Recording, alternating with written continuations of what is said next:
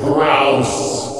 Remember Me is teen heartthrob Robert Pattison's first adult role. This, despite the fact that his best-known character, Twilight's Edward Cullen, is well over 100 years old. Here he sinks his teeth into the part of a troubled 21-year-old with daddy issues, a dead brother, and a girlfriend he began dating on a dare. Now, when we first meet Tyler, that's Robert Pattison, he's slumming it in New York City in a crappy apartment with a wrench for a doorknob and a job restocking shelves at the Strand bookstore. I'm undecided, he says, about everything. His father is very wealthy, but since the suicide of his brother Michael, their relationship has soured. One night, after a bar brawl, he's beaten and arrested by Neil Craig, played by Chris Cooper.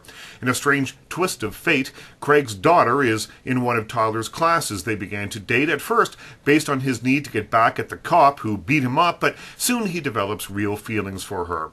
Their relationship is complicated by Tyler's issues with his father, his issues with his rage, and generally his issues with everything. Then, just when everything seems to be on the upswing for the young couple, tragedy strikes. 2 Twilight's worth of brooding lessons has been good training for Pattison, who has brooding down to a science here in Remember Me. As the tortured Tyler, he's equal parts James Dean, alternative school attitude, and thunder.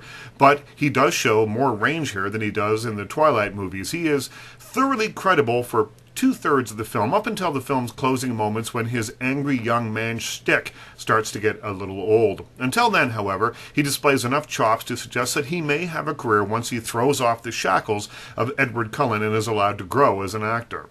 Now, his best work comes in the scenes opposite his younger sister Caroline, who's played by Nurse Jackie's Ruby Gerrans. Gerrans is a good, natural performer. There's not an ounce of pretense in her anywhere, and their on-screen time is filled with warmth and occasionally some badly needed levity. Now, Remember Me is a serious movie that begins with a murder and ends with a startling conclusion. In between, there is the above-mentioned brooding and some dramatic family dynamics at play, but it feels like there's a bit too much story for any one plot thread to be given the film's full attention. As a result, it wanders more than it needs to. A little red pencil action on this script, and it could have easily simplified the story for the better. Not that any of that's going to matter. There are a couple of love scenes and a romantic story to keep the Rob-cessed Twihards interested, and if only 1/10 of his fan base shells out to see it, Remember Me will still be a giant hit. Richard